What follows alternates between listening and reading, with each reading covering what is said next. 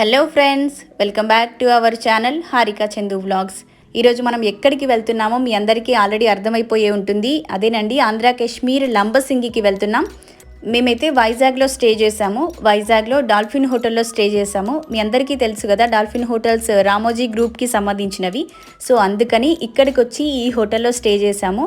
Present అయితే మా journey ఇక్కడి నుంచి లంబసింగికి స్టార్ట్ అవుతుంది. మేమైతే ఈ లంబసింగి ట్రిప్లో కొన్ని మిస్టేక్స్ చేసాము.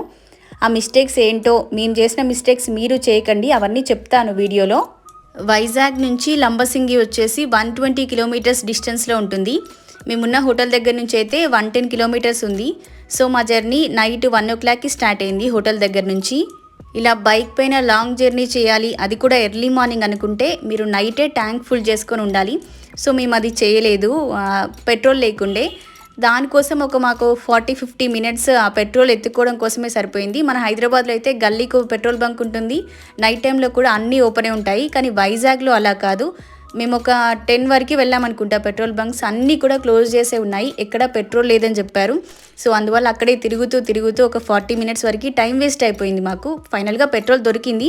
కాకపోతే మనకు ఆ టైంలో టైం చాలా ఇంపార్టెంట్. మనం ఆ వ్యూ పాయింట్ చూడాలి అంటే ఆ టైంకి వెళ్తేనే మనం ఆ వ్యూ పాయింట్ అనేది చూడగలుగుతాము. ఇంత డిస్టెన్స్ ట్రావెల్ చేసి అంత దూరం వెళ్ళిన తర్వాత మనం వ్యూ పాయింట్ చూడకపోతే ఎంత డిసప్పాయింటింగ్గా ఉంటుందో కదా. మేము వైజాగ్ నుంచి వెళ్తూ ఉన్నామని చెప్పాను కదా, వెళ్ళేప్పుడు మనం విజయవాడ హైవే పై నుంచి వెళ్తాము. మనకి అనకాపల్లి, నర్సీపట్నం ఇవన్నీ తగులుతాయి వెళ్ళే దారిలో.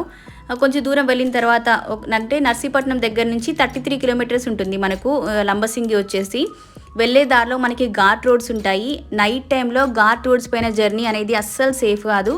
మామూలుగా మనం అరకు వెళ్తూ ఉంటే ఏంటంటే వెహికల్స్ ఎక్కువగా వస్తూ ఉంటాయి, లైటింగ్ ఉన్నట్టే ఉంటుంది, ఇంకా డే టైంలో ఉన్నట్టే అనిపిస్తూ ఉంటుంది, ఎందుకంటే ఎక్కువగా వెహికల్స్ తిరుగుతూ ఉంటాయి.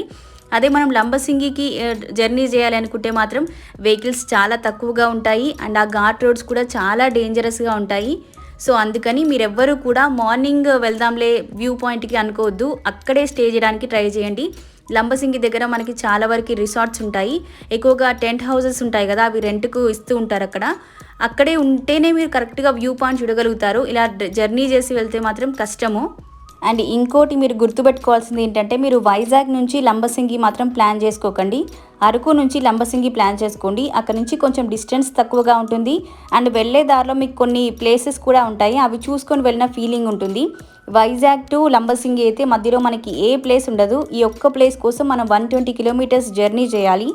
వైజాగ్ వెళ్ళిన వాళ్ళు ఎలాగో అరకు వెళ్తారు కాబట్టి అరకులో ప్లేసెస్ అన్నీ డే టైంలో చూసుకొని నైట్ టైం లంబసింగి దగ్గర స్టే చేయండి. Early morning Lambasingi view point చూసుకొని రిటర్న్ అవ్వచ్చు. అలా ఈజీగా ప్లాన్ చేసుకోండి. అరకు నుంచి మనం లంబసింగి వెళ్ళే దారిలో మనకి చాపరాయి వాటర్ ఫాల్స్ వస్తాయి, కొత్తపల్లి వాటర్ ఫాల్స్ వస్తాయి. ఇలా మీరు కొన్ని ప్లేసెస్ చూస్తూ అక్కడక్కడ స్టే చేస్తూ వచ్చారంటే మీకు జర్నీ చేసిన ఫీలింగ్ కూడా ఉండదు. నైట్ వరకు మీరు లంబసింగి చేరుకున్నారనుకోండి, నైట్ అక్కడ స్టే చేసేసి మార్నింగ్ లంబసింగి వ్యూ పాయింట్ చూసుకోవచ్చు హ్యాపీగా. ఈ ప్లేస్ని అందరూ ఆంధ్ర కాశ్మీర్ అంటూ ఉంటారు. నిజంగా కాశ్మీర్కి ఇది ఏమాత్రం తీసిపోదు. ఎక్కడో నార్త్కి వెళ్ళి అక్కడ ప్లేసెస్ చూసే బదులు అంతకన్నా బ్యూటిఫుల్ ప్లేసెస్ మన తెలుగు రాష్ట్రాల్లోనే ఉన్నాయి. మన తెలంగాణలో, మన ఆంధ్రప్రదేశ్లో ఎన్ని బెస్ట్ ప్లేసెస్ ఉన్నాయో, ఇలా తెలియకుండా ఉన్న టూరిస్ట్ ప్లేసెస్ ఇంకా ఎన్ని ఉన్నాయో అసలు. మేము ఎర్లీ మార్నింగ్ స్టార్ట్ అయిపోయాం కదా, విపరీతమైన చలి, చాలా టైర్డ్గా అనిపించింది. అక్కడికి వెళ్ళేసరికి ఒక హాఫ్ అన్ అవర్ లేట్ అయిపోయినా కూడా మేము వ్యూ పాయింట్ మిస్ అయిపోయే వాళ్ళము. నాకు అనిపించింది వెళ్ళే దారిలో అక్కడ స్టే చేయడానికి ఏమైనా రిసార్ట్స్ ఉంటే అవి కవర్ చేద్దాం అనుకున్నాను. కాకపోతే ఇలా రిసార్ట్స్ అని రాసిపెట్టింది కానీ అక్కడ రూమ్స్ లాగా ఏముండవు, మ్యాక్సిమం టెంట్సే ఉంటాయి. అంటే టెంట్ లాంటివి రెంట్కి ఇస్తూ ఉంటారు కదా. ఫ్యామిలీతో వెళ్తే అక్కడ స్టే చేయడం కొంచెం సేఫ్ కాదు. బ్యాచిలర్స్ వెళ్తే మాత్రం హ్యాపీగా ఎక్కడైనా స్టే చేయొచ్చు. అండ్ ఈ ఊరి పేరు వచ్చేసి లంబసింగి అంటూ ఉంటారు, లమ్మసింగి అంటూ ఉంటారు. ఇంకా ఏదైనా మీకు నచ్చిన పేరుతో పిలుచుకోండి. అక్కడ వెదర్ అయితే ఒక ప్లేస్లో ఒకలా ఉంటుంది, ఇంకో ప్లేస్లో ఇంకోలా ఉంటుంది. మేము ఘాట్ రోడ్స్కి ఎంటర్ అవ్వక ముందు కొంచెం సన్ రైజ్ అప్పుడే వచ్చినట్టు అనిపించింది. ఘాట్ రోడ్స్లోకి ఎంటర్ అయిపోయిన తర్వాత మళ్ళీ మంచు వచ్చింది. మళ్ళీ విలేజ్ వచ్చిన తర్వాత మళ్ళీ కొంచెం ఎండగా అనిపించింది. ఇంకా కొంచెం ముందుకెళ్ళేసరికి విపరీతంగా చలి అండ్ క్లౌడ్స్ వచ్చేసాయి. మేము అనుకున్నాము అంటే కొంచెం ఎండ వచ్చేసింది కదా, మరి ఉంటాయో లేదో క్లౌడ్స్, అంత దూరం వెళ్ళి వేస్ట్ అవుతుందేమో అనుకున్నాము. కాకపోతే మేము వ్యూ పాయింట్ అయితే మిస్ అవ్వలేదు. ఎర్లీ మార్నింగ్ మళ్ళీ ఘాట్ రోడ్స్, అది కూడా విపరీతమైన చలిలో అస్సలు సేఫ్ కాదు.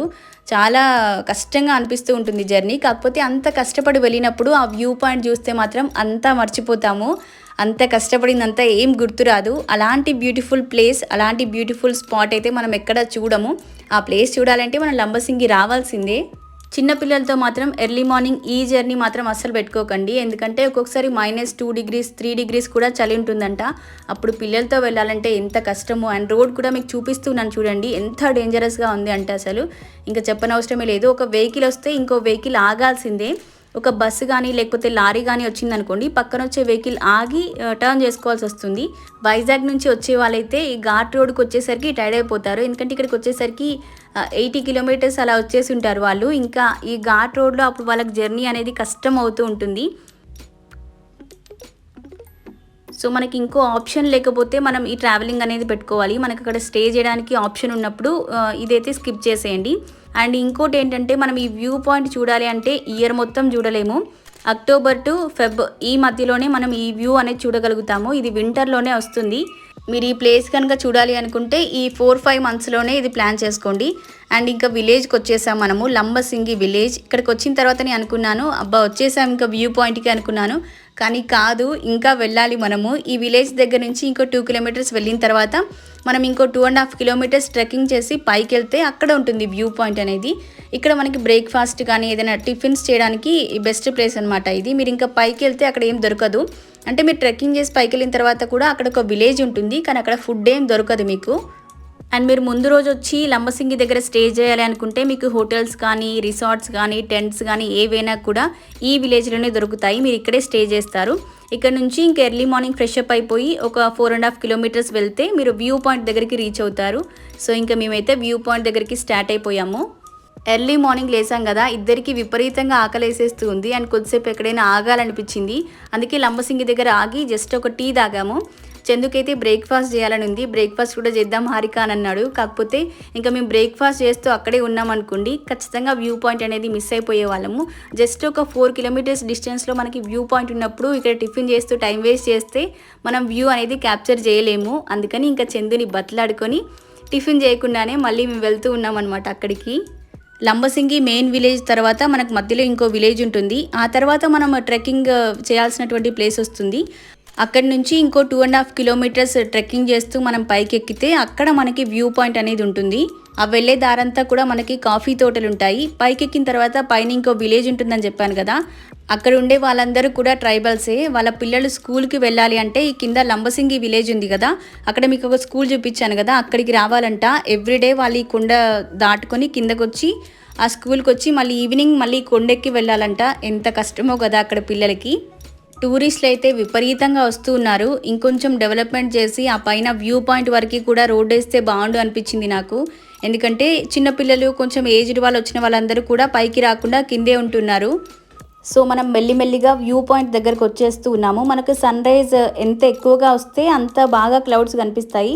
చెప్పాలంటే మనం ఫ్లైట్లో నుండి చూస్తే కింద క్లౌడ్స్ ఎలా కనిపిస్తాయో సేమ్ అలా కనిపిస్తాయి. అసలు పాల సముద్రం లాగా ఉంది కదా ఇక్కడైతే.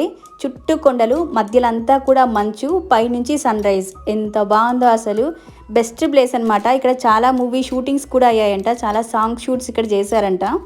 మనం ఎంతో కష్టపడి ఈ ప్లేస్కి వస్తూ ఉంటాం కదా, ఆ పడ్డ కష్టం అంతా కనిపించదు. ఆ ప్లేస్ చూడగానే హ్యాపీనెస్ వచ్చేస్తుంది.